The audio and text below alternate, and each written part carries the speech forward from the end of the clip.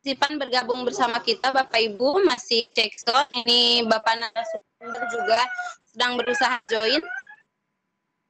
Barusan teh susah masuk. Yang satu lagi susah masuk. Yang satu tadi bebas, yang satu lagi. Berarti aku harus pakai laptop, nggak usah. Nenden udah oke? Okay? Nenden. Udah oke sih, ini sudah pakai. Neng, udah oke ya? Oh ya udah oke, sip. Kalau gitu berarti aku nggak usah pakai laptop nih. Hanya muter terus. Ya tuh. Udah oke, sip kalau gitu, alhamdulillah. Gitu.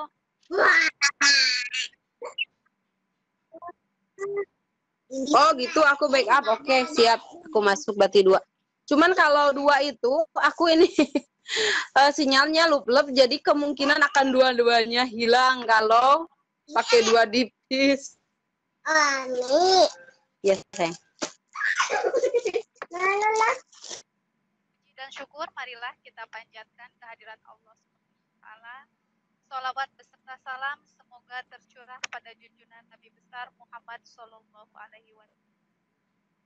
Alhamdulillah, pada kesempatan hari ini, hari Selasa, tanggal 21 April 2020, jam 13.15 sampai dengan 16.15, insya Allah kita akan berkumpul di Rumpi Back ini dalam acara seminar online MGMP Biologi Berbagi.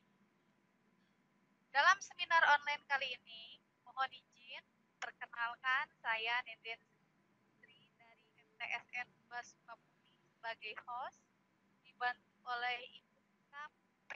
Indrasari yang berasal dari MAS Darul Ulum PUI Majalengka, dan narasumber kita Bapak Suhara MPD, dosen Universitas Pendidikan Indonesia. Adapun materi yang akan dibahas yaitu tentang genetika virus dan bakteri. Bapak dan Ibu sekalian, dalam pertemuan ini, kan nanti setelah selesai pemaparan dan ingin mengajukan pertanyaan pada narasumber, caranya pertama bisa dengan cara mengangkat tangannya. Nanti kami akan membuka mic peserta. Dan yang kedua, bisa juga dengan cara menulis kolom chat dan diajukan ke all partisipan dan juga all panelis. Kemudian yang terakhir untuk absensi nanti akan muncul di panel list. Baik, untuk selanjutnya saya akan persilahkan pada moderator acara ini.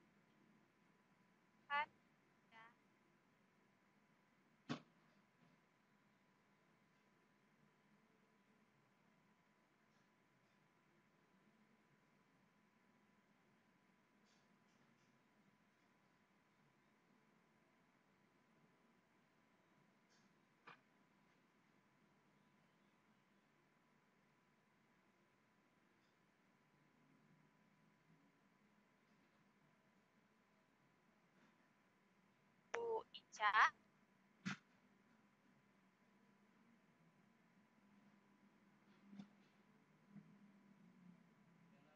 Halo, suaranya Ibu Nenden kecil sekali ya. Pak, kecil ya.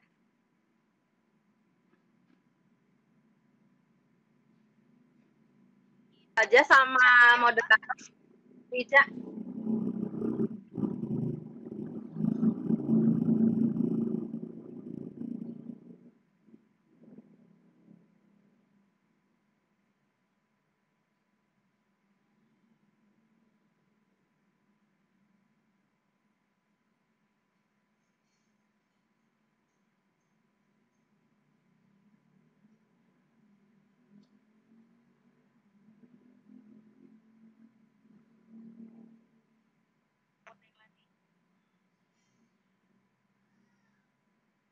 Halo?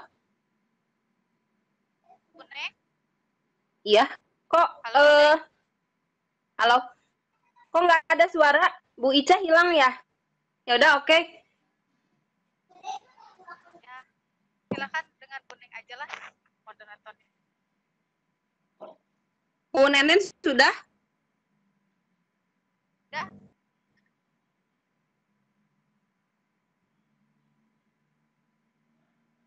Halo, sebentar.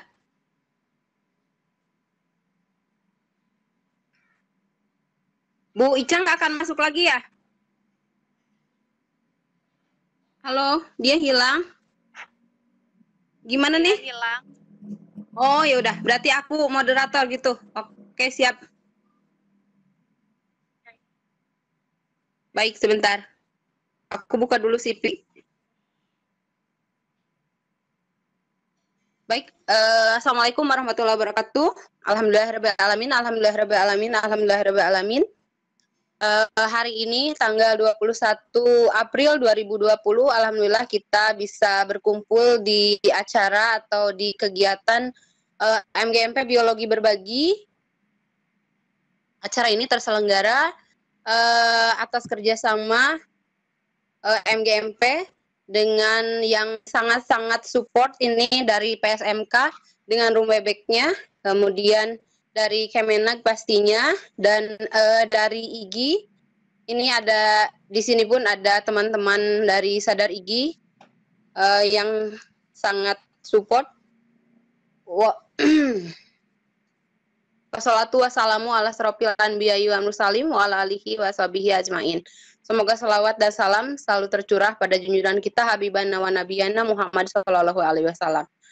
Bapak Ibu, kegiatan hari ini akan mengetengahkan tema atau materi tentang genetika virus dan bakteri yang akan dibawakan oleh pemateri kita, narasumber kita, yaitu Bapak Suhara MPD dari Universitas yang sudah tidak asing lagi, pasti kita kenal, itu dari Universitas Pendidikan Indonesia. Baik, akan saya bacakan kurikulum vitae dari Bapak Suhara. Ini sangat banyak sekali, panjang sekali, tapi mungkin akan saya rangkum saja. Nama Suhara, tempat tanggal lahir Tasikmalaya 27 Desember 1965. Jenis kelamin laki-laki, golongan pangkat mungkin tidak usah ya, jabatan fungsional. Kemudian beliau bekerja di jurusan biologi UPI, pendidikan biologi FMIPA UPI, keahlian biologi. Mungkin lebih spesifiknya beliau sebagai dosen genetika di Universitas Pendidikan Indonesia. Riwayat pendidikan SD di Manonjaya, Tasikmalaya, SMP Manonjaya, Tasikmalaya, SMA Negeri 2 Tasikmalaya, perguruan tinggi IKIP Bandung, dulu masih IKIP, S1-nya, kemudian S2-nya di Universitas Pendidikan Indonesia, mungkin sekarang S3 ya Bapak. Kemudian pelatihan yang sering diikuti ini terkait ekologi, terkait bahasa Inggris juga. Kemudian riwayat pekerjaan, beliau sebagai staf IKIP Bandung, sebagai staf dosen Universitas Pasundan juga. Kemudian tim teknis Direktorat Pembinaan SMP Kemendikbud 2015 sampai sekarang. Kemudian penelitian yang beliau pernah lakukan ini banyak sekali, tapi mungkin akan saya bacakan beberapa saja. Ada peningkatan potensi dan daya guna toksin arachnida untuk mengendalikan hama sayur dalam rangka penunjangan produk sayur bersih. Kemudian ini perbanyakan black soldier fly sebagai pakan alternatif ternak dan memperbaiki kualitas lingkungan 2018. Kemudian hasil karyanya banyak juga, tapi saya sebutkan satu saja. Beliau sebagai penulis buku biologi SMP, juga buku dasar-dasar biokimia, dan banyak lagi. Berikutnya, beliau juga aktif dalam program-program pembinaan kemahasiswaan, dalam pembinaan guru SLTP dan SMA. Beliau juga aktif dalam lesson study MGMP di berbagai kabupaten. Oke. Baik, itu mungkin CV yang bisa saya bacakan dari Bapak Suhara supaya bisa efektif waktu kita, waktu dan kesempatan saya persilahkan kepada Bapak. Silahkan Bapak.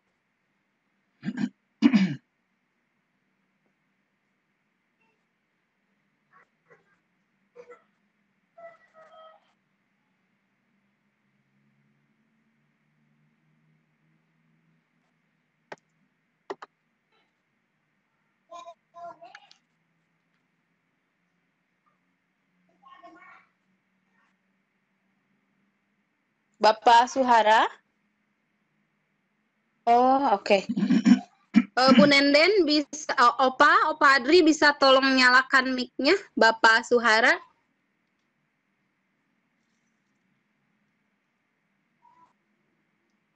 Opa?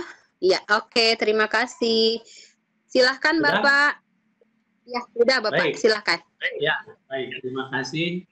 Sekali lagi, Bismillahirrahmanirrahim. Assalamualaikum warahmatullahi wabarakatuh.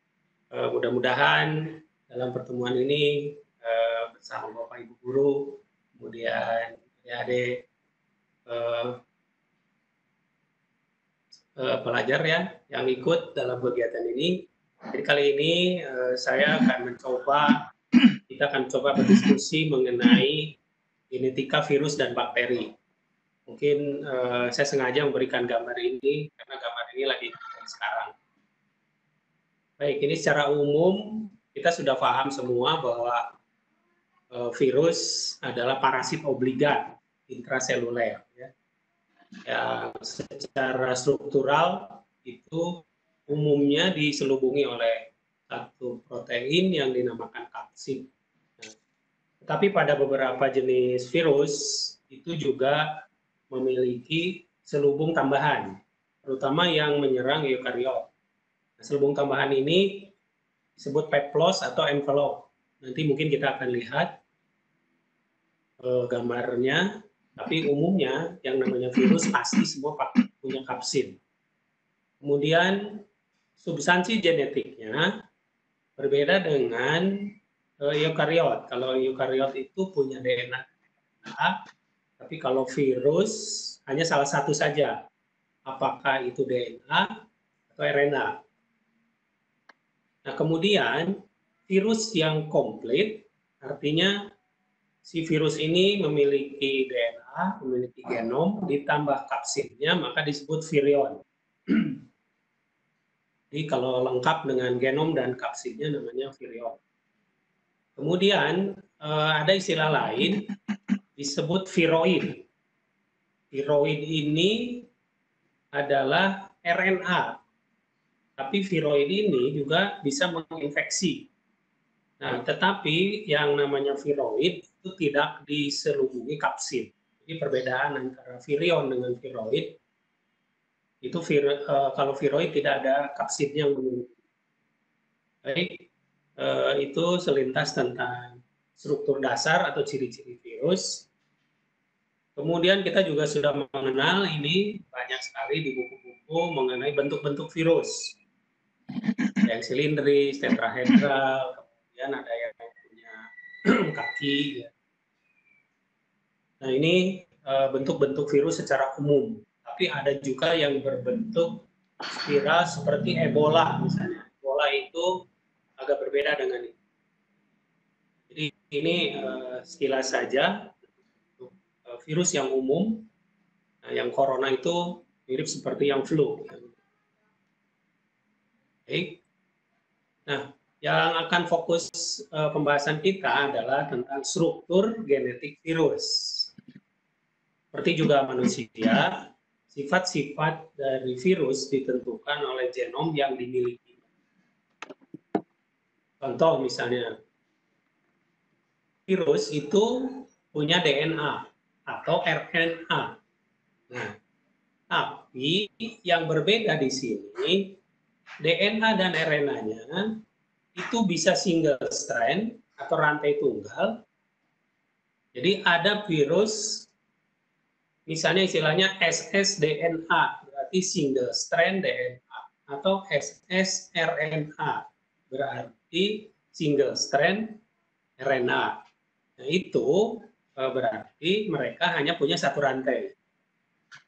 Tapi strukturnya sama seperti genom pada manusia. Artinya kalau di DNA itu ada timin, adenin, guanin, sitosin. Nah, di RNA kalau virus juga sama dengan pada makhluk hidup yang lain. Nah, ada juga yang double strand, jadi rantai ganda. Jadi istilahnya nanti ada SS RNA mungkin atau DS RNA. Ini huruf dengan huruf kecil ya istilah. Kemudian bentuk dari genom virus itu bisa lurus, bisa sirkuler, atau continuous, atau bersegmen-segmen. Ya, jadi kalau pada manusia berbentuk batang, kemudian pada bakteri biasanya sirkuler, khusus yang kromosom utamanya, tapi pada virus dia sangat bervariasi bentuk genomnya karena memang masih sederhana. Kemudian virus dari jenis DNA harus membuat RNA untuk menghasilkan virion baru. Nah, kemudian virus RNA ini ada yang bersifat onkogenik. Nah, onkogenik itu dia nanti bisa menyebabkan kanker, ya. Jadi dia memiliki enzim transkriptase balik atau reverse transkriptase untuk membentuk salinan DNA yang baru, jadi cDNA yang akan berintegrasi dengan kromosom inang. Jadi kalau suatu virus RNA dia akan membentuk cDNA dulu, kemudian akan membentuk DNA dan DNA ini akan berintegrasi ke dalam sel inang. Nah, pada beberapa jenis virus yang berenvelop terdapat banyak spike. Spike itu tonjolan-tonjolan yang ada di permukaan, dan tonjolan-tonjolan ini memang diproduksi oleh enzim-enzim yang atau gen-gen yang terdapat dalam virus itu sendiri. Sehingga setiap virus memiliki spike yang spesifik, sehingga dia bisa berinteraksi dengan host atau host space tempat dia masuk, atau sel yang dia infeksi. Misalnya untuk virus HIV, misalnya dia bisa menginfeksi helper T cell di limfosit, ya. Baik, kita lanjutkan. Nah, ini contoh dari dua jenis virus. Nah, ini yang disebut spike. Jadi terutama pada virus-virus yang memiliki envelope, dia memiliki spike, ya. Nah, kemudian jenis yang sering juga sudah kita kenal ada bakteriofag. Jadi ini fage atau virus-virus yang bisa menyerang bakteri. Nah, sudah sangat banyak sekali juga dikenal, misalnya T4, tapi ada variannya, ada T1, T2, T4, kemudian virus lambda. Nah, hanya berbeda di sini, virus HIV itu punya genom RNA, sedangkan bakteriofag itu DNA. Jadi tadi, jadi kalau punya DNA, DNA saja, kalau punya RNA, RNA saja. Nah, yang tidak dibungkus oleh envelope itu tidak punya spike. Ya. Jadi mereka biasanya menggunakan alat-alat yang dimilikinya untuk menempel pada inang. Misalnya bakteriofag itu dia menggunakan kaki-kakinya ini, atau di sini disebut tail fiber di ekornya yang menancap ke membran atau dinding sel dari bakteri. Kemudian nanti dia akan menumpahkan DNA-nya ke dalam sel inang. Nah, tetapi kalau virus HIV atau corona yang ada sekarang itu akan menempelkan spike-nya ini terhadap protein yang cocok yang ada di membran sel dari sel inang. Jadi virus HIV tidak mungkin dia menyerang sel hati misalnya atau sel otot karena reseptornya nggak ada. Reseptornya itu terdapat pada makrofag atau pada sel T helper yang di limfosit. Baik. Nah ini beberapa bentuk yang lain. Ini yang saat ini sedang banyak, SARS-CoV-2 atau yang kita kenal dengan COVID-19. Dan ini adalah virus H1N1 yang sudah sangat sekarang banyak berubah, bermutasi. Jadi ada H5N1, H2N1, dan lain sebagainya. Jadi virus ini sudah banyak bermutasi. Tapi alhamdulillah sudah banyak diteliti karena sudah lama ini. Nah, selanjutnya yang paling penting dalam bahasan virus ini adalah replikasinya. Bagaimana virus itu bisa menginvasi atau menginfeksi dari inang. Nah, umumnya ini ada 5 atau beberapa ahli menuliskan 6. Ya, jadi ada yang 5, mungkin nanti ada yang 6. Tapi umumnya ini, karena yang 6 itu sebenarnya nanti sebelum replikasi itu ada pelepasan kapsid. Yang pertama adalah adsorpsi, yaitu penempelan virus pada membran sel ataupun dinding sel dari permukaan sel inang. Nah, dalam hal ini ada sedikit perbedaan. Kalau kita balik lagi dulu ke sini, sekali lagi, kalau bakteriofag, adsorpsinya dia menempelkan ekornya ini ke sel inang. Kemudian kalau virus HIV, virus corona, itu atau H1N1, dia harus menempelkan spike-nya ke reseptor yang ada di sel inang. Ya. Jadi sama saja, hanya mekanismenya yang berbeda. Yang kedua, penetrasi. Artinya virus itu harus memasukkan asam nukleat ke dalam sel inang. Nah, si virus ini, semua virus itu akan memasukkan DNA maupun RNA-nya ke dalam sel inang. Nah, di sini beberapa proses terjadi. Jadi bersamaan dengan adsorpsi ini, kalau bakteriofag yang ini, dia menempel, kemudian bagian luarnya tersimpan di luar membran atau di luar dinding sel bakteri. Maka dia memompakan, menginjeksikan istilahnya DNA-nya ke dalam tubuh bakteri. Tetapi untuk beberapa jenis virus itu bisa juga dengan cara fusi, berfusi. Jadi karena spike ini bisa menempel di membran sel dari sel inang, maka membran sel inang itu bisa berfusi dengan membran dari sel virus atau dari virus ini. Ya, karena virus juga memiliki lipid bilayer yang mirip-mirip dengan membran dari membran sel inang. Sehingga ini bisa berfusi, atau ada satu mekanisme lagi dengan cara absorpsi fagositosis gitu ya. Jadi dia bisa masuk dengan cara endositosis, ya, masuk. Nah, setelah masuk nanti, jadi setelah penetrasi, setelah masuk, nah beberapa ahli ada yang menulis di situ adalah enclose. Jadi si virus itu melepaskan dia melepaskan kapsidnya. Nah, kapsidnya dilepas sehingga genomnya masuk. Nah, kemudian genom ini akan diperbanyak dengan bantuan enzim-enzim dari sel inang, maka dilakukanlah replikasi. Nah, di sini mekanismenya sangat banyak replikasinya. Jadi ini sangat bermacam-macam di sini. Tapi pada intinya si virus akan menggunakan sel inang, enzim-enzim sel inang, kemudian ribosom untuk mensintesis protein-protein yang virus perlukan, misalnya untuk membuat kapsid.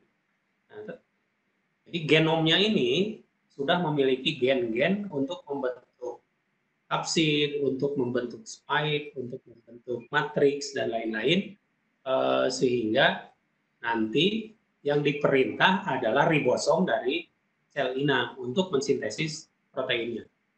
Baik. Nah, kemudian yang selanjutnya adalah maturasi atau assembling, ya, penggabungan. Jadi diawali dengan perakitan protein kapsid yang diikuti dengan packaging genom virus. Ini pun mekanismenya berbeda-beda, ya.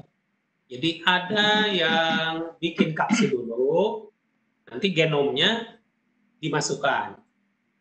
Ada yang genomnya dikelilingi oleh pembentukan kapsid. Misalnya mosaik virus pada tembakau mosaik virus. Itu pembentukan kapsidnya itu di sekeliling genom. Jadi genom dulu, nah, sambil genom itu dibungkus oleh kapsid, maka genom ini dikelilingi oleh protein-protein kapsomer membentuk kapsid. Sementara kalau fage atau T4 maupun lambda itu kapsidnya dibikin dulu, kapsidnya dibuat dulu, baru DNA-nya dimasukkan. Baik. Nah, selanjutnya adalah rilis atau pelepasan virus ke luar tubuh dari sel inang. Nah, nanti di sini mungkin sudah sangat kita tahu ada yang litik, ya, jadi dirilis keluar, menyebabkan sel inangnya rusak. Itu terutama yang fage. Ya, nah, ada juga pada waktu dia mau keluar, nah, untuk virus-virus yang berenvelop, dia lepas melalui satu istilah budding atau membentuk plasma sel inang, membentuk envelop. Jadi tunas, ya.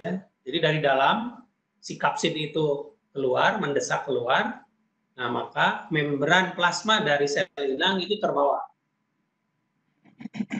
Nah, sedangkan virus yang tidak berenvelop melalui ruptur atau lisis, ya, membran plasma dari sel inang. Jadi sel inangnya kemudian bisa mati. Dua-duanya juga bisa menyebabkan kematian. Baik, nah ini salah satu gambar saja, contoh mungkin nanti silakan diperjelas sendiri. Tapi pada intinya, nah seperti ini yang berenvelop, menempel, ada reseptornya, kemudian si RNA-nya masuk, nah, RNA-nya nanti dia akan membentuk DNA, ya, dengan reverse transkriptase. Nah, DNA-nya nanti akan masuk ke dalam inti, kemudian dia membentuk protein-protein khusus, masuk juga ke badan Golgi. Nah, badan Golgi nanti membuat vesikel yang sudah berisi virus. Jadi kemudian dia keluar melalui membran sel. Nah, ini absorpsi dan penetrasi. Jadi ada dua contoh yang tadi saya sebutkan. Jadi kalau yang ini dia berfusi karena membrannya mirip, dia berfusi, nempel dulu di reseptor.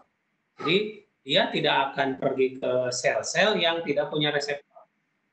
Seperti virus corona ini, reseptornya ada di bagian pernapasan, saluran pernapasan bagian dalam.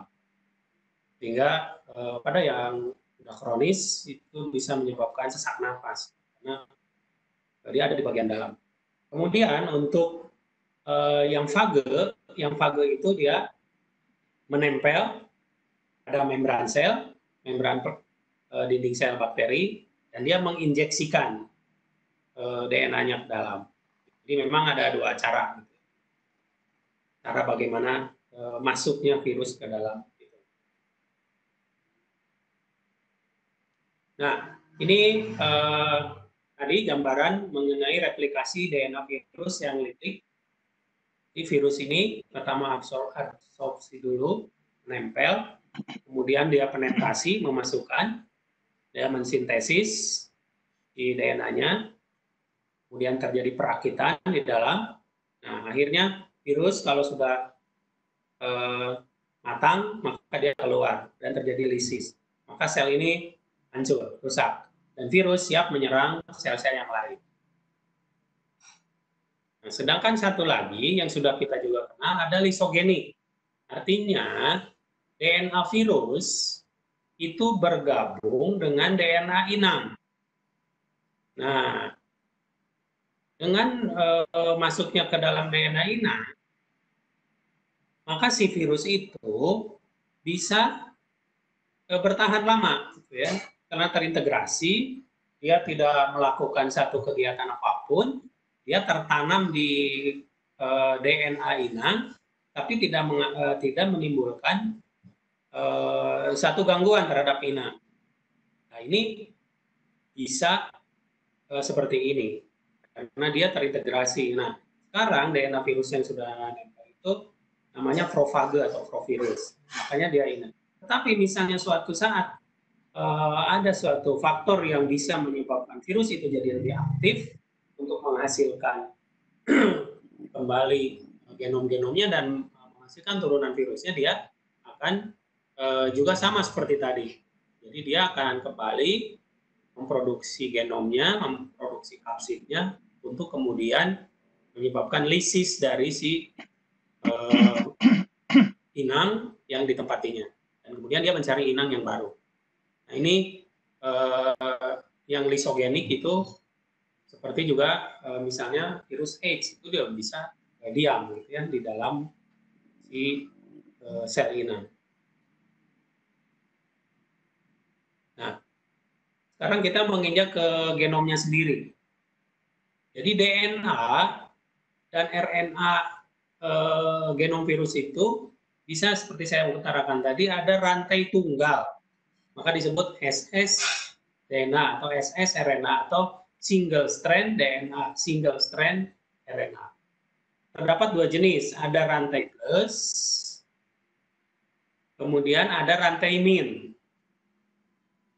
Nah, jadi kalau misalnya DNA rantai plus, ini DNA itu dapat langsung membentuk mRNA. Tapi kalau DNA rantai min, dia harus berubah dulu jadi plus, kemudian baru bisa membentuk mRNA. Nah, yang RNA tadi, kalau yang plus, RNA yang plus, jadi virus RNA plus, dalam ekspresi gennya, itu langsung akan menggunakan genomnya sebagai mRNA. Jadi dia akan mampu membuat protein-protein yang diperlukan. Sementara virus RNA yang min, dalam ekspresinya, dia harus mengubah dulu ke mRNA yang plus, sehingga dia, jadi dalam ekspresinya dia menggunakan rantai genomnya untuk mencetak dulu mRNA. Jadi ini perbedaan dengan DNA yang ada di eukariot. Ya. Jadi sekali lagi, si DNA ataupun RNA yang plus itu basa nitrogennya langsung sama dengan mRNA. Jadi dia bisa langsung memproduksi protein. Nah, kemudian virus-virus ini otomatis karena dia obligat, kebanyakan dia menyebabkan penyakit. Gitu. Jadi infeksi virus ini, infeksi dimulai saat virus mulai memasuki sel inang.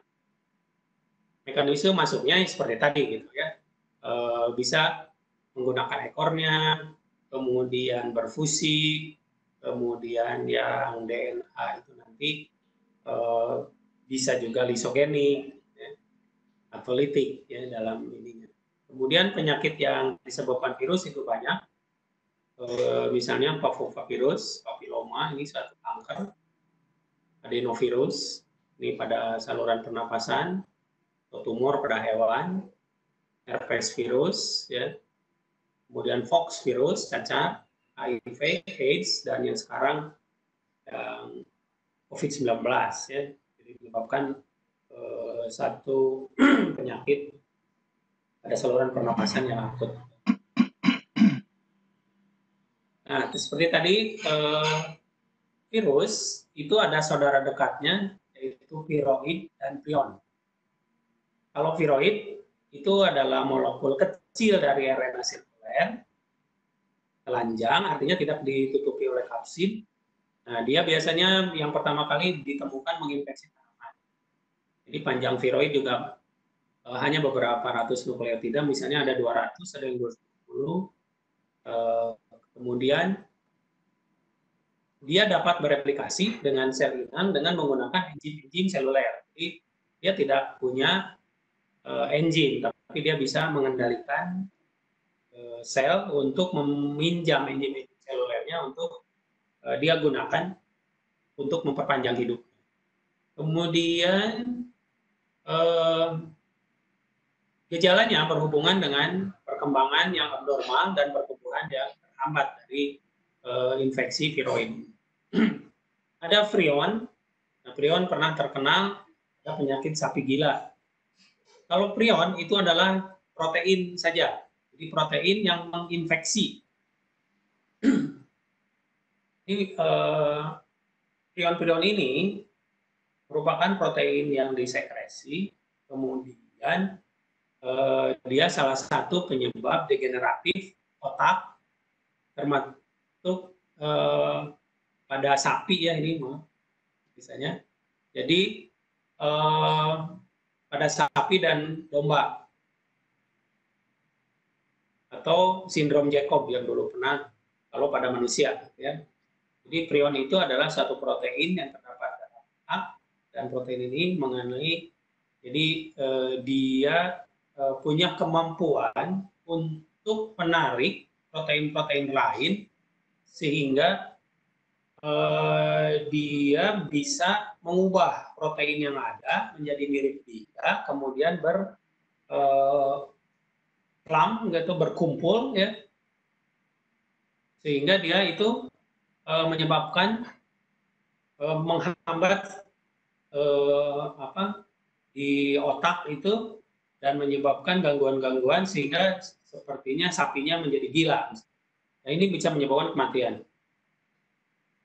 Jadi protein-protein yang normal itu bisa diubah menjadi versi prion. Ini berbahayanya itu. Jadi sekali prion itu ada, protein yang normal yang akan digunakan oleh sel dia dapat ubah menjadi prion. Ya. Oke. Nah,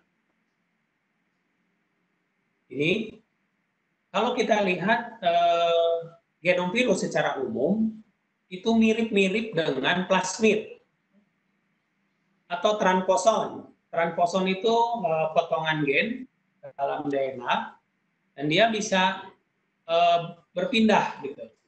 Berpindah dari satu lokasi ke lokasi yang lain di dalam genom sel, sehingga ini bisa menyebabkan kelainan-kelainan juga. Nah, kemudian virus, plasmid, dan transposon itu mirip. Gitu, ketiganya memiliki satu sifat penting dan merupakan elemen genetik yang bergerak. Artinya tiga-tiganya itu bisa berpindah-pindah, bisa dipindahkan.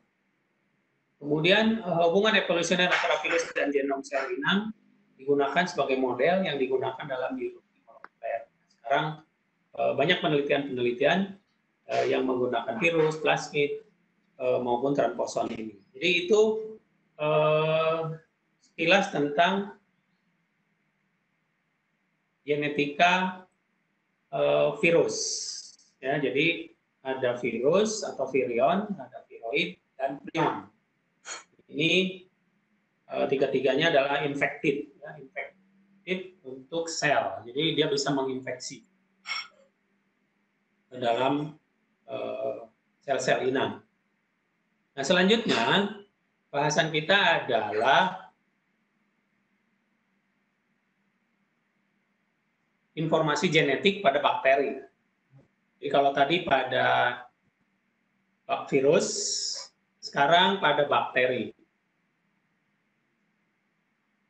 Informasi genetik pada bakteri itu tersimpan di kromosom utama yang disebut nukleoid. Dia adalah DNA sirkuler atau kromosom sirkuler, tidak ada ujungnya seperti rantai yang berhubungan. Dan dia adalah merupakan kromosom utama dari bakteri. Kemudian ada informasi yang lain, yaitu yang disebut secara umum disebut mini kromosom, atau kromosomnya ini rantai pendek, yang disebut episom dan plasmid. Mungkin plasmid ini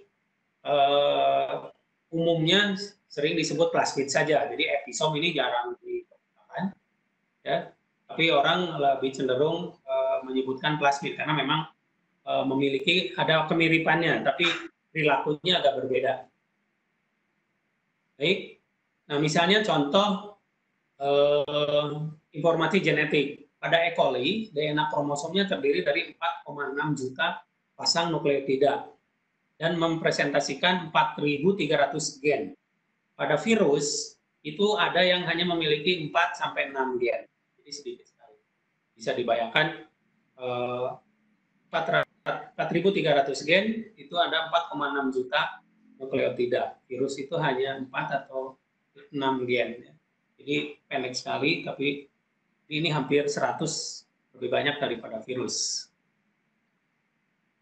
Atau 1/1000 DNA eukariot. Nah,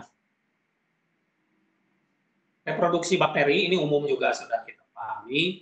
Yang pertama dia akan mereplikasi DNA-nya jadi 2, baru setelah itu dia membentuk sekat, dan sekat ini akan membelah bakteri menjadi 2 yang masing-masing kebagian komponen genomnya atau DNA-nya, kemudian nanti baru berpisah.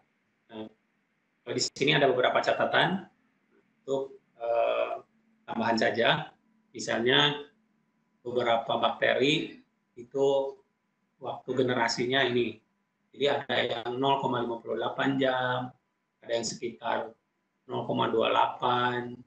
Kalau itu ya sekitar mungkin 0,28 itu sekitar 20 menitan ya, 15 menit bisa terus gitu memperbanyak diri.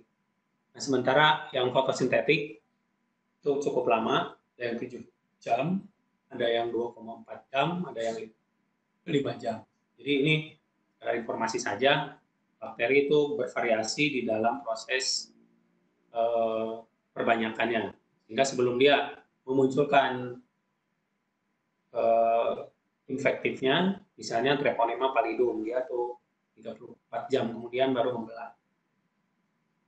Tapi satu tetes bakteri itu kan isinya bisa ribuan. Baik, nah seperti tadi saya katakan bahwa informasi genetik utama dari bakteri itu ada di kromosom utama. Nah, dulu baru dikenal pembelahan reproduksinya itu adalah secara biner. Jadi membelah 2, dibagi 2 kromosomnya, kemudian ya terbagi 2 dan dibagi. Nah sekarang ternyata diketahui juga transfer informasi genetik pada bakteri itu ada yang secara paraseksual disebutnya. Ada transformasi DNA, dia ada secara transformasi, transduksi, ada konjugasi. Jadi kalau transformasi, pengambilan molekul DNA dari sel donor oleh sel bakteri lain atau sel resipien. Kemudian ada transduksi. Transduksi ini transfer dari sel donor ke sel resipien dilakukan oleh bakteriofag. Jadi dia terbawa oleh virus tentunya, atau terbawa oleh genom yang pada saat si bakteri ini mengalami pembelahan sel. Kemudian ada konjugasi. Jadi berlangsung jika DNA sel donor atau sel jantan berpindah ke sel resipien, sel betina, melalui suatu alat yang disebut tabung konjugasi. Nah ini biasanya yang sudah banyak dicontohkan adalah di E. coli, ya. Karena nanti ada gen gen F namanya fertilisasi. Nah, dia gen itu bisa berpindah, membelah, kemudian berpindah ke E. coli yang satu lagi, sehingga gen yang satu lagi memiliki sifat yang sama dengan bakteri donor. Ini contoh transformasi. Jadi transformasi ini itu diperkenal oleh Frederick Griffith tahun 1982. Jadi pengikatan molekul DNA rantai ganda yang reversibel oleh permukaan sel reseptor yang ada di bakteri. Kemudian DNA donor ini diambil. Jadi pada waktu DNA donor menjadi resisten terhadap DNA ase yang ada pada medium. Jadi dia itu resisten dan dia masuk bergabung dengan DNA yang dimiliki atau DNA yang dimiliki inang. Kemudian perubahan atau konversi molekul DNA donor rantai ganda menjadi molekul rantai tunggal akibat degradasi nukleolisis pada salah satu rantainya. Kemudian ada integrin, integrase, satu enzim yang bisa menyatukan. Jadi dia berintegrasi ke dalam sini secara kovalen ke seluruh atau sebagian rantai tunggal DNA donor dalam kromosom resipien, dan segregasi atau penampakan fenotip gen donor yang berintegrasi atau gen-gen yang rekombinan. Jadi turunannya nanti akan berbeda dengan bakteri yang awal karena dia mengalami penambahan genom. Kemudian transduksi. Transduksi ini umum.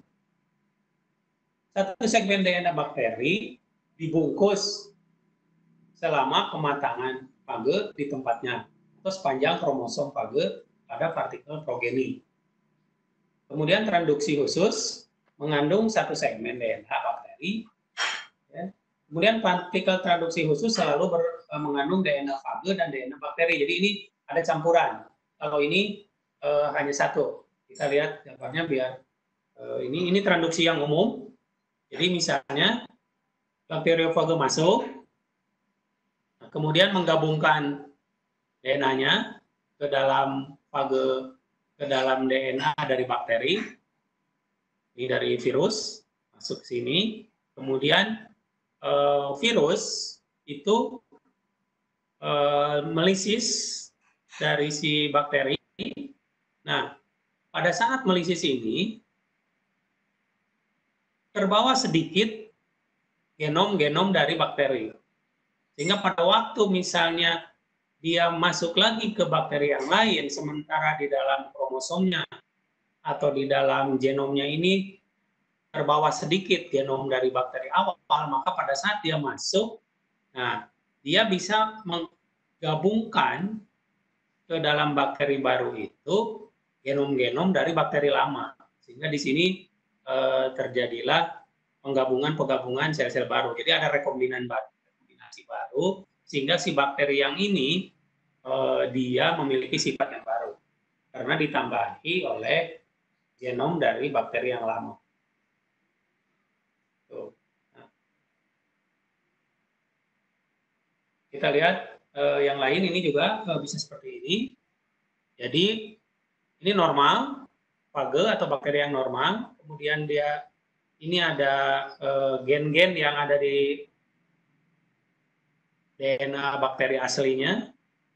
Kemudian fage itu masuk. Nah, pada saat dialisis ada yang membawa A atau dia membawa AB, ada yang membawa B saja, ada yang C sama B, ada D saja. Jadi macam-macam. Nah, ini yang umum tuh yang seperti ini. Jadi dia membawa potongan-potongan kromosom atau gen-gen dari bakteri yang diinfeksi pertama kali. Kemudian ini lisis dan gen-gennya terbawa. Nah, pada saat misalnya ini menginfeksi bakteri yang sama seperti ini, maka nanti ada double gen. Ya. Atau dia menginfeksi yang lain, maka si gen yang D misalnya dia akan diinfeksikan, akan digabungkan dengan genom yang baru. Itu transduksi, dan ini konjugasi. Nah, misalnya di sini pada E. coli, ada E. coli yang min, biasanya disebut E. coli betina. Kemudian ada yang plus atau yang jantan, nah, di mana dia punya plasmid. Yang plasmid ini bisa diberikan ke dalam yang satu lagi, sehingga nanti terakhir dia memiliki sifat yang sama. Misalnya sifat-sifat resistensi terhadap antibiotik misalnya, sehingga nanti bakteri yang ini memiliki sifat yang sama dengan pengetahuan ini digunakan dalam rekombinasi genetik. Jadi potongan-potongan DNA dari sini dia berpengaruh nanti pada sifat hasil dari si bakteri yang hasil terakhir. Nah, ini sekilas tentang bagaimana genom dari bakteri. Ya. Jadi seperti saya ungkapkan tadi, untuk bakteri ya sudah lebih kompleks dibandingkan virus. Jadi genetikanya atau genom-genomnya itu sudah, dan prosesnya dia memiliki 3 proses, yaitu transformasi, transduksi, dan konjugasi. Ini mungkin yang bisa saya sampaikan, dan selebihnya mungkin kita bisa berdiskusi mengenai baik untuk genom dari virus maupun dari bakteri. Baik, saya kembalikan kepada Ibu Lani sebagai moderator.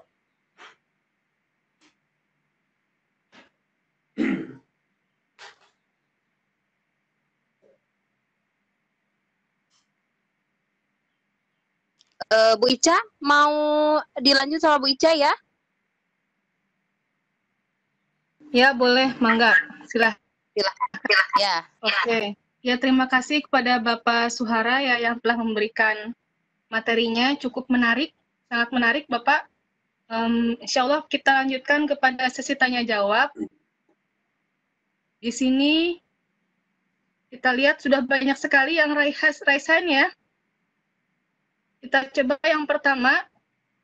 Ini dari Bu Ade Ina. Kedengaran suara saya? Halo? Halo? Halo, kedengaran suara saya? Kedengaran? Oke. Ini ya, ada. Ada yang pertama Bu Ade Ina ya. Mangga silakan Bu Ade Ina untuk memberikan pertanyaannya. Ya, terima kasih. Kenalkan dulu, nama saya Ade Ina ke Pak Suhara. Saya temannya Ibu Nenen dari Mandua, Bandung, Pak. Oh ya. Ini ada, terima kasih, sangat menarik sekali pembahasannya. Ini ada, saya udah menuliskan ada beberapa pertanyaan. Yang pertama itu, tadi Bapak menyebutkan ada waktu generasi bakteri. Apakah itu yang satu ya? Apakah sama gitu antara generasi bakteri dengan generasi virus gitu? Terus yang kedua itu dari segi infeksinya, apakah berbahaya mana gitu virus dengan bakteri?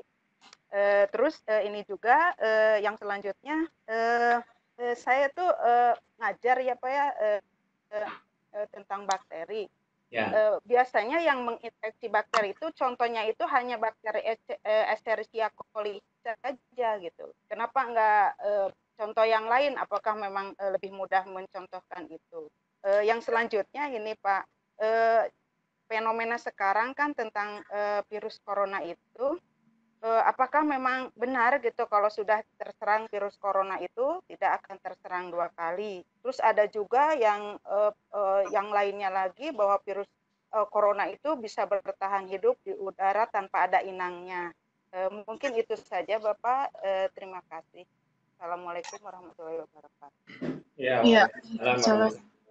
Mangga Bapak mau langsung dijawab. Ada pertanyaan. Iya, silakan Bapak. Ya. Buat Ibu Ade Ina, ini saya mencoba menjawab beberapa pertanyaannya. Seperti di PPT yang saya tayangkan, jadi di sini ada beberapa waktu generasi dari virus atau bakteri. Jadi artinya di sini misalnya E. coli dia perlu 0,24 jam untuk sekali membelah. Gitu. Nah, sementara beberapa jenis yang lain ini ada yang perlu 34 jam baru dia bisa membelah. Nah, sementara untuk waktu generasi virus juga sama, berbeda-beda. Nah, maka dikenalkan waktu inkubasi.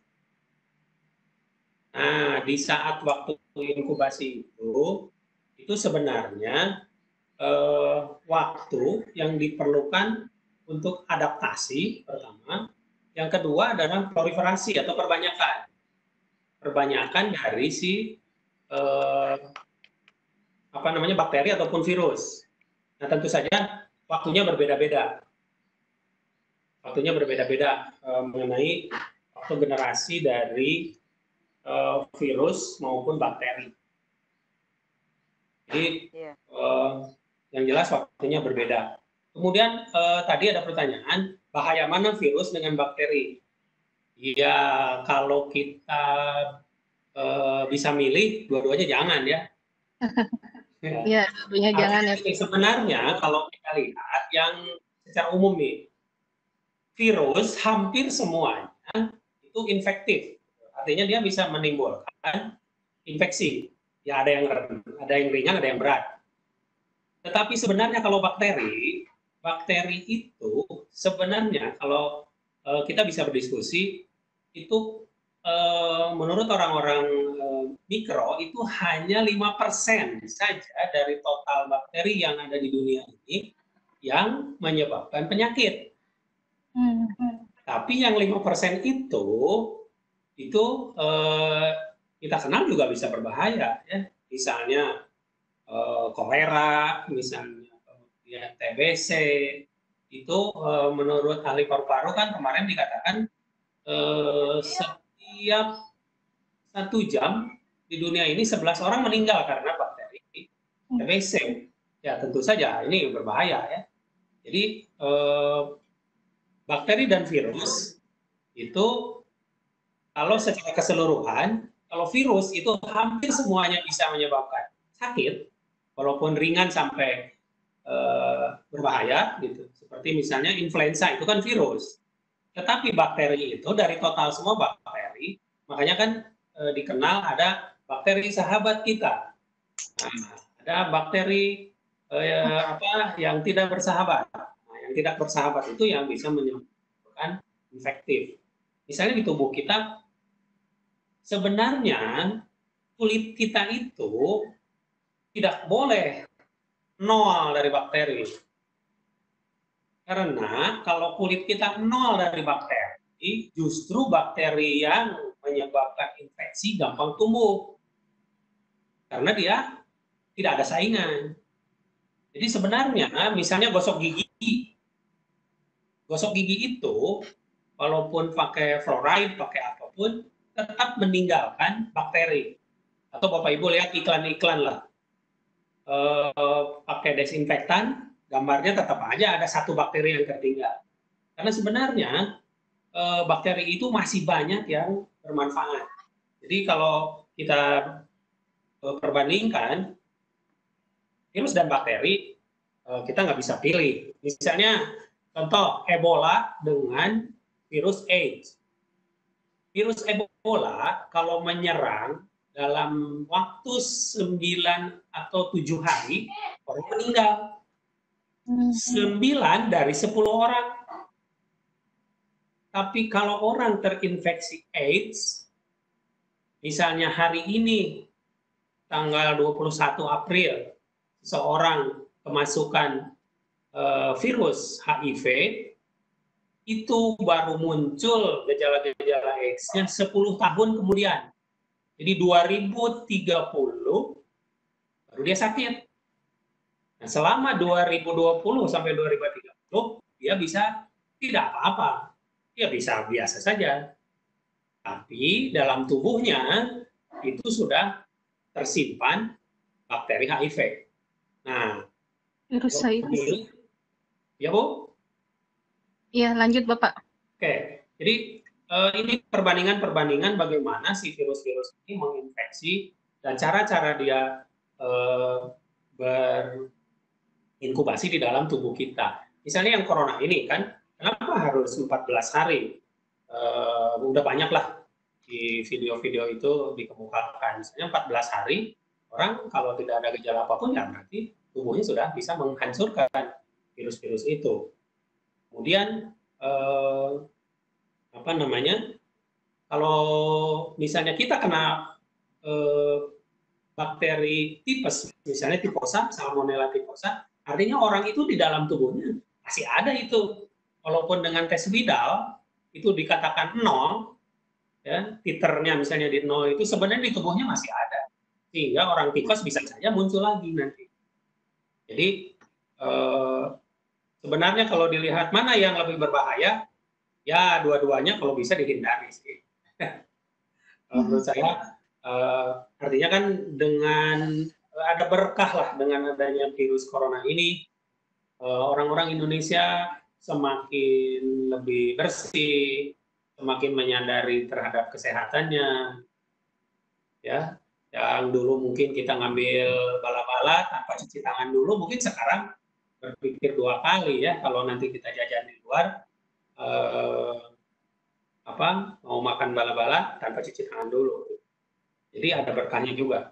Baik, dan yang terakhir, yang ketiga yang E. coli.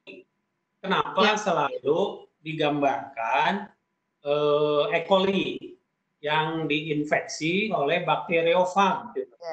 Dan fagnya juga selalu T4. Padahal masih banyak, ada T1, T2, ada lambda gitu. Ibu ini tergantung siapa audiensnya, gitu maksudnya. Jadi kalau untuk siswa, saya tidak akan menerangkan virus ssRNA yang positif. Mungkin saya bilang saja ke anak SMA itu bahwa virus itu memiliki genom RNA atau DNA titik, udah cukup. Tapi saya akan berhadapan dengan Bapak Ibu guru di sini. Makanya saya kemukakan genomnya itu bisa single strand RNA atau double strand RNA atau single strand DNA atau double strand DNA. Kemudian ada yang positif, ada yang negatif. Nah, waktu kita menjelaskan ke siswa tidak perlu itu dikemukakan. Nah, jadi kenapa yang selama ini diberikan ke siswa selalu E. coli, karena memang bakteri ini bentuknya memang seperti yang digambarkan, berbentuk silindris seperti itu. Kemudian waktu Michelson and Stahl itu melakukan satu eksperimen juga di E. coli, pakai T4, maka umumnya gambar-gambar yang muncul adalah T4 itu, yang ada ekornya. Tidak ada yang menggambarkan bagaimana virus mosaik masuk ke dalam sel tembakau misalnya. Nah, tapi prinsip yang digambar yang saya, misalnya pada lisis tadi, atau yang ini, nah yang ini, itu adalah prinsip semua virus kalau mau menginfeksi dengan cara injeksi. Jadi si kapsidnya tidak ikut masuk. Tetapi dengan perkembangan ilmu yang baru, dulu kan selalu ini. Nah sekarang dengan pengetahuan yang baru, dengan jenis virus yang baru kemudian dianalisis, ternyata bisa berfusi membrannya ke sini. Kemudian si virus ini juga tidak sembarangan nempel di sel apapun, tapi dia hanya akan menginfeksi kalau ada reseptornya nih. Kalau tidak ada reseptornya, ya lewat saja. Jadi kalau virus corona nempel di kulit, itu tidak bisa dia berkembang biak. Karena tidak ada reseptor di kulit luar kita itu. Yang ada adalah di saluran pernafasan. Juga ada beberapa penelitian di saluran pencernaan walaupun sedikit, sehingga nanti ada gejala diare yang kena virus corona itu. Tapi yang paling banyak si reseptornya itu ada di seluruh saluran pernapasan, terutama bagian dalam.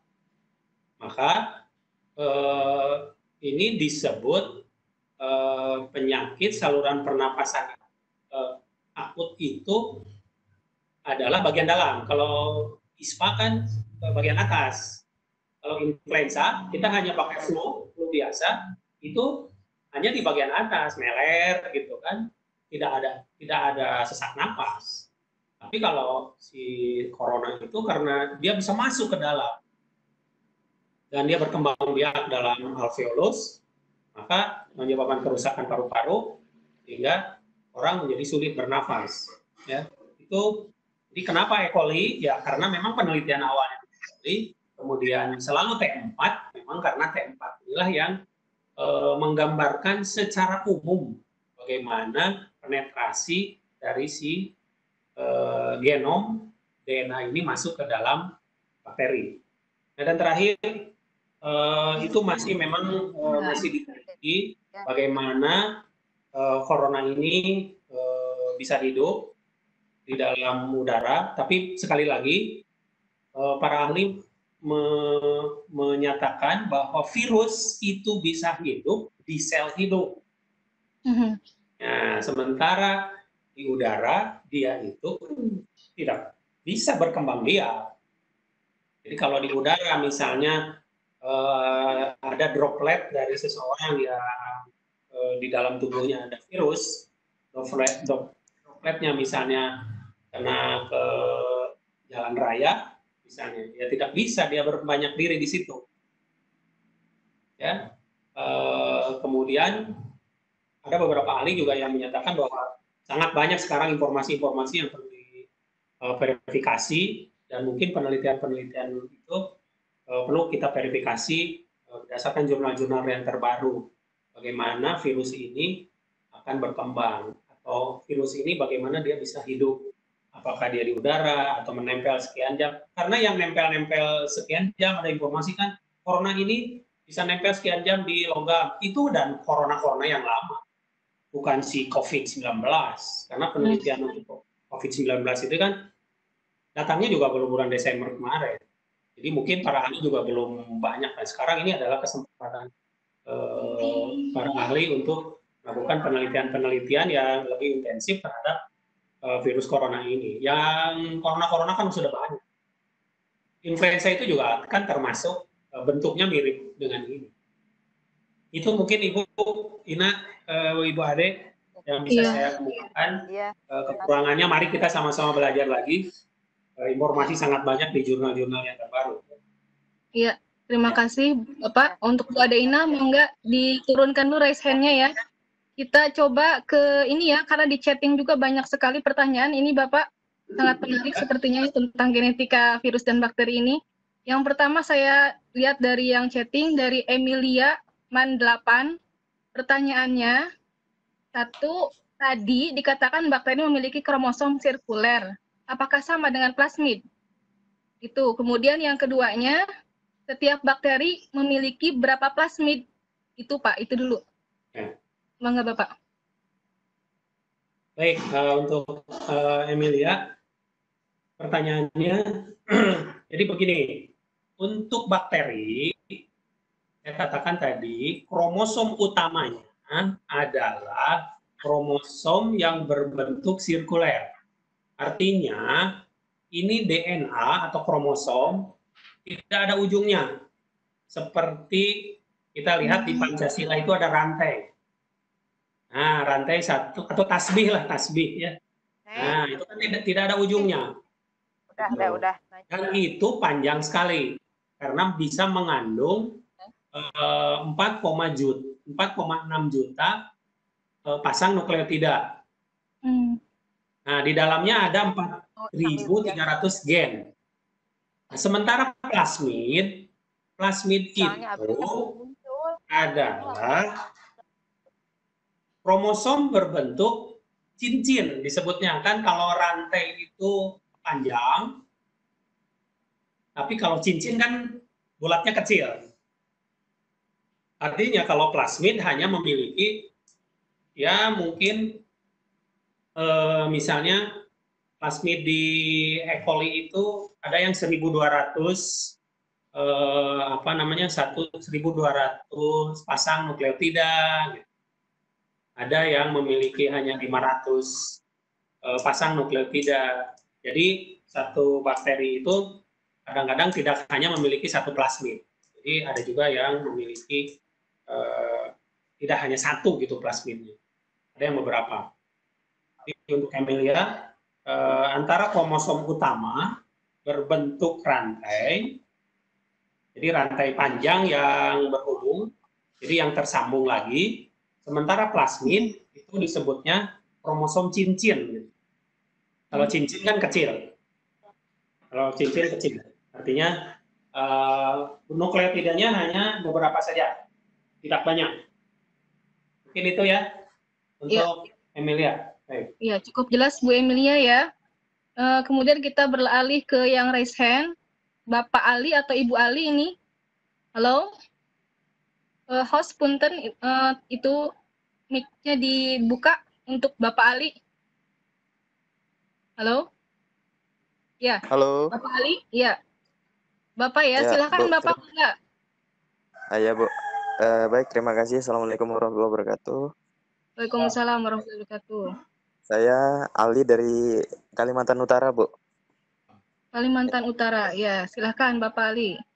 Mungkin saya mau bertanya. Tadi di slide saya membaca bahwa ada reseptor di membran sel ya, Pak. Tadi saya baca itu. Betul. Saya kan ada sumber yang mengatakan bahwa virus ini kan bukan makhluk hidup, Pak. Benar ya, Pak ya? Jadi begini, ada yang bilang karena dia bisa reproduksi, ada juga yang bilang dia itu sebagai makhluk hidup, ya. Ada yang bilang seperti itu. Tapi secara umum karena ciri-ciri umumnya dia reproduksinya hanya bisa di makhluk hidup, di sel hidup, ada juga yang memisahkan dia itu tidak termasuk makhluk hidup. Makanya di dalam sistem klasifikasi kan dia dipisah. Iya, Pak. Ya, oke. Silakan lanjutkan, Pak. Lanjut gimana? Jadi sebenarnya virus ini sendiri, Pak, dia punya reseptor apa tidak, Pak ya? Karena kalau berdasarkan ciri-cirinya dia dikatakan bukan makhluk hidup, dia itu ada salah satunya bahwa virus itu tidak memiliki reseptor, Pak.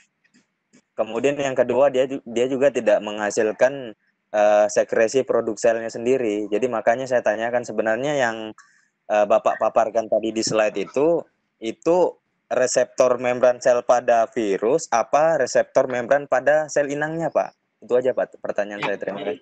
Jadi yang dimaksud reseptor itu adalah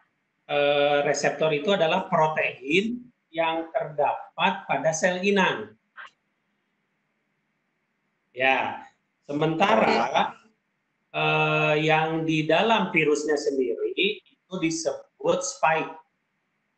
Spike tonjolan itu, Pak. Tonjolan. Nah, atau tonjolan ini misalnya untuk HIV.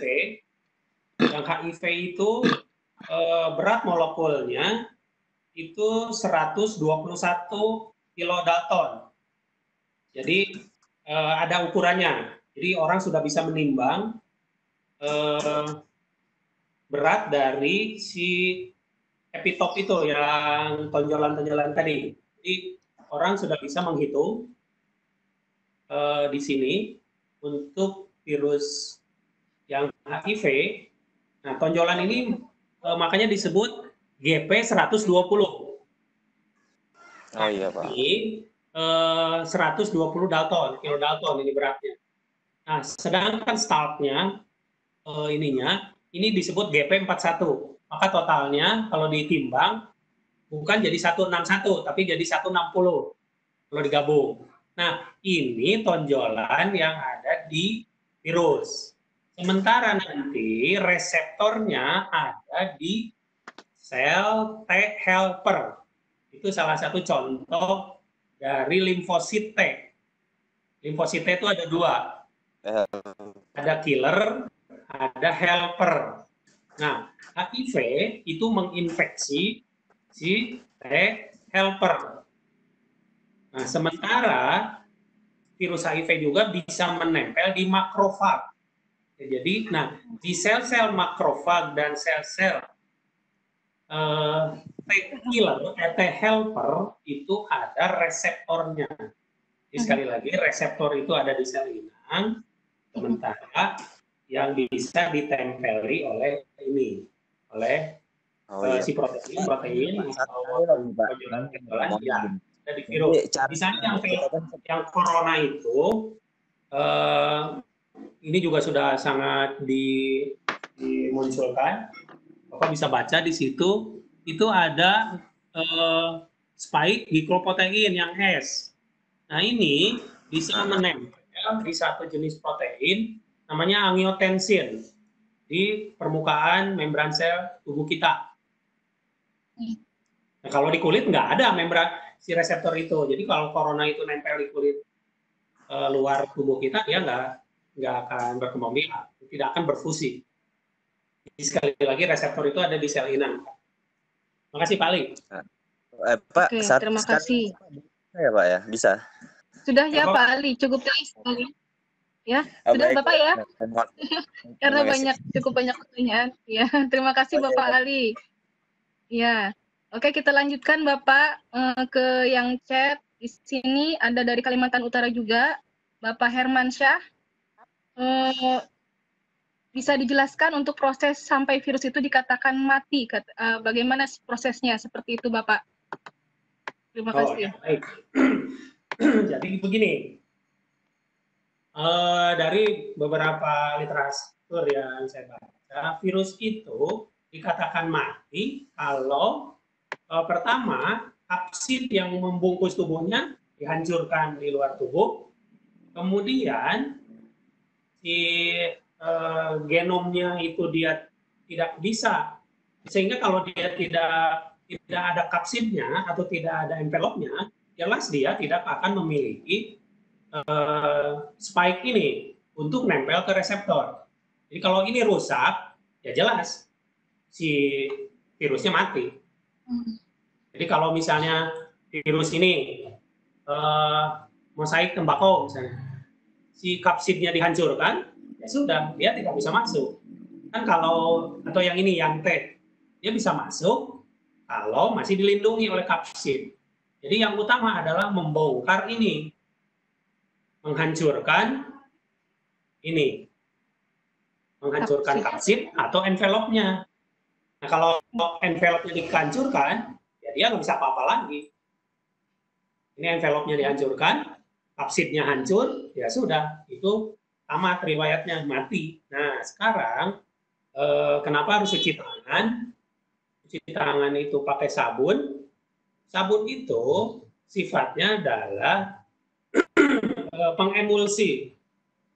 Jadi bisa melarutkan lipid, melarutkan sabun.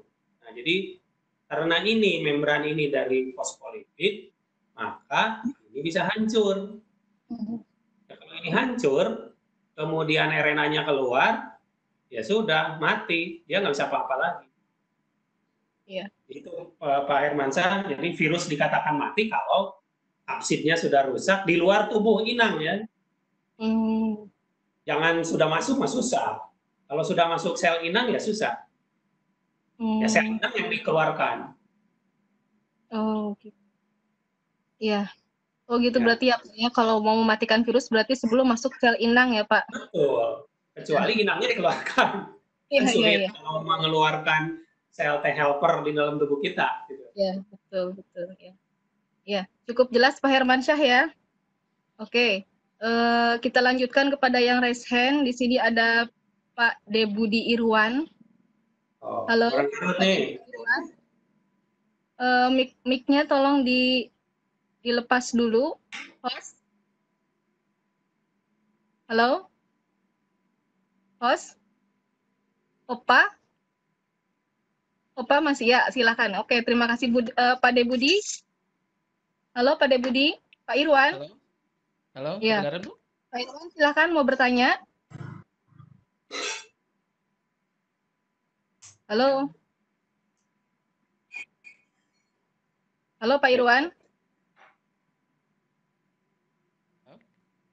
Halo Pak Irwan. Suaranya belum jelas Pak Irwan. Oke, kita lanjut. Halo Pak Irwan.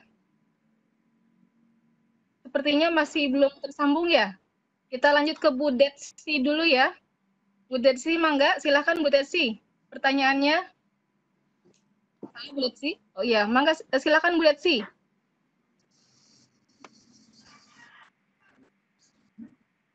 Halo. Halo Bu Detsi. Ya, sepertinya masih bermasalah. Bu Detsi, halo. Halo? Halo, ya Bu Detsi, silakan. Bu Detsi. Bapak maaf. Ya, Bu Detsi silakan. Pertanyaannya. Ya. Assalamualaikum warahmatullahi wabarakatuh. Waalaikumsalam warahmatullahi wabarakatuh. Terima kasih Bapak untuk materinya. Ada beberapa pertanyaan yang ingin disampaikan. Ini saya pernah baca ada klasifikasi virus berdasarkan Baltimore, di mana virusnya itu dibagi berdasarkan jenis genom dan mekanisme perbanyakannya. Nah, di sana ada 4 jenis virus. Yang ingin ditanyakan, apakah keempat jenis virus itu ketika melakukan translasi dan replikasi menggunakan enzim tertentu yang dibawa oleh virusnya, atau mereka menggunakan enzim yang sama dengan enzim pada inangnya? Itu pertanyaannya, Pak. Terima kasih. Baik, Ibu Detsi. Jadi, saya jawab langsung. Begini, secara umum, virus itu kan dia tidak membawa apapun. Jadi yang dia punya hanya genom.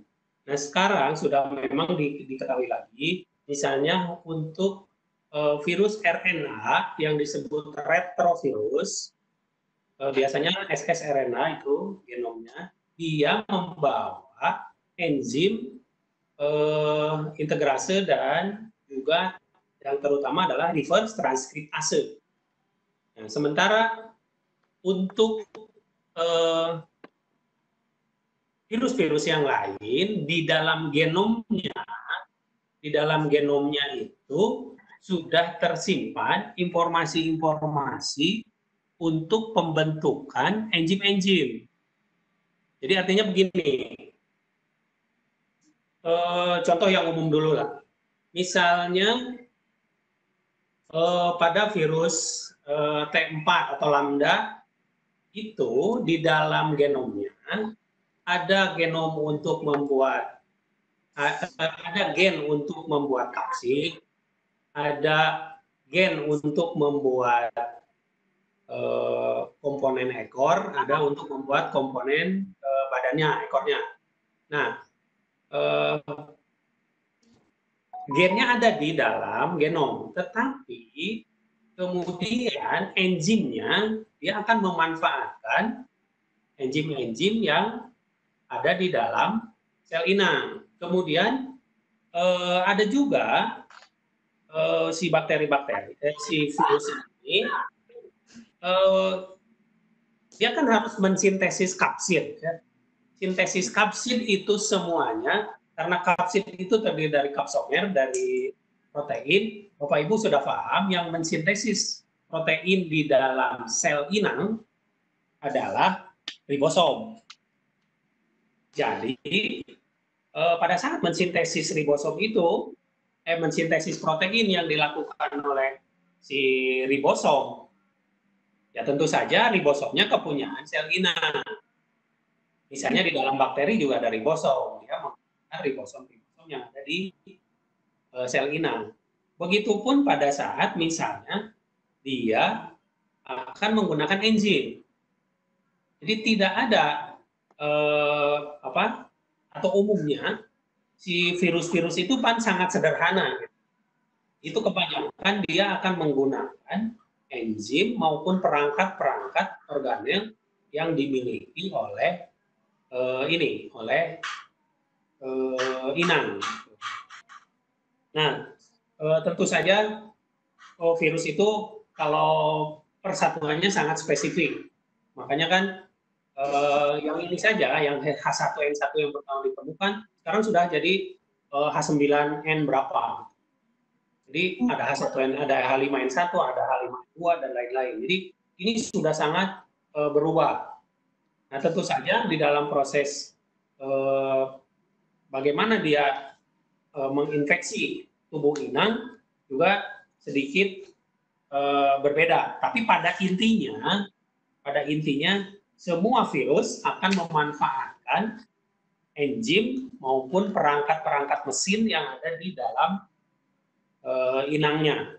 Jadi dia akan menggunakan badan Golgi, akan menggunakan DNA inang, akan menggunakan ribosom inang, karena jarang si virus yang membawa enzim sendiri. Ya, kecuali tadi yang retrovirus diketahui memiliki enzim reverse transkriptase.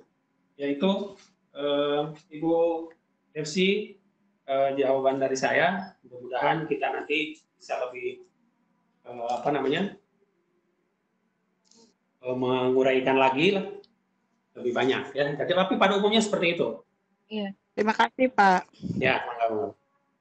Ya, kita beralih ke yang chat Bapak. Ini dari Nens Wijayanti.